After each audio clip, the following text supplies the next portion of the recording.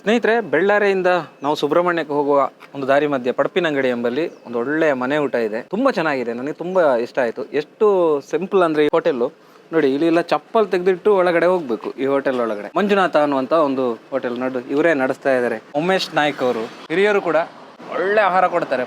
ಊಟ ಅಂತೂ ನನಗೆ ಸಖತ್ ಇಷ್ಟ ಆಯ್ತು. ಒಂದು ಮೊಸರು, ಆಮೇಲೆ ಒಂದು ಸಾಂಬಾರು, ಅದ್ರ ಮೇಲೆ ತಿಳಿ ಸಾರು, ಹಪ್ಪಳ ಬಹಳ ಖುಷಿ ಆಯ್ತು ನನಗೆ ಸರ್.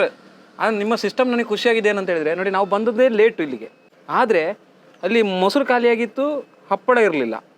ಅವ್ರು ಎಷ್ಟು ಡೆಡಿಕೇಶನ್ ಅಂತ ಹೇಳಿದ್ರೆ, ಹೋಗಿ ಹಪ್ಪಳ ಅಂಗಡಿಯಿಂದ ತಂದು ಅಲ್ಲಿಂದ ಮೊಸರು ತಗೊಂಡ್ಬಂದು ನಮಗೆ ಅದನ್ನು ಕೊಟ್ಟು, ಸರ್ ನಿಮ್ಮ ಒಂದು ಡೆಡಿಕೇಶನ್ ಉಂಟಲ್ಲ ಎಲ್ರಿಗೂ ಸ್ಫೂರ್ತಿ ಸರ್. ರುಚಿ ಮಾತ್ರ ಅದ್ಭುತ ಸರ್. ನೀವು ಎಷ್ಟು ವರ್ಷ ಆಯ್ತು ಸರ್? 27 ವರ್ಷ ಆಯ್ತು. ಜನ ಎಷ್ಟು ಬರ್ತಾ ಇದ್ದಾರೆ ಸರ್? ಬರ್ತಾ ಇದ್ದಾರೆ. ಬೆಳೆಯಿಂದ ಚಾ ಕುಡಿಲಿಕ್ಕೆ ಏನೇನು ಸ್ಪೆಷಲ್ ಇದೆ ಸರ್?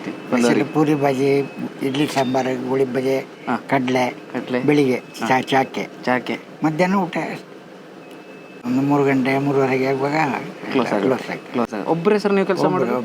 ನೋಡಿ ಎಷ್ಟು ಒಂದು ಸಿಂಪಲ್ ಆಗಿದ್ದಾರೆ. ನಮ್ಮ ಇಂತಹ ವ್ಯಕ್ತಿಗಳನ್ನು ನಾವು ಪ್ರೋತ್ಸಾಹ ಮಾಡುವ. ಸರ್ ಎಷ್ಟು ಊಟ ಹೋಗ್ತದೆ ಈಗ? ಊಟ ಒಂದು 35 ಊಟ 35 ಊಟ ಹೋಗ್ತದೆ. ಈ ಆಸುಪಾಸಿನ ಜನ ಇನ್ನೊಂದು 60-70 ಊಟ ಹೋಗೋಕೆ ಆಗಲಿ ಸರ್.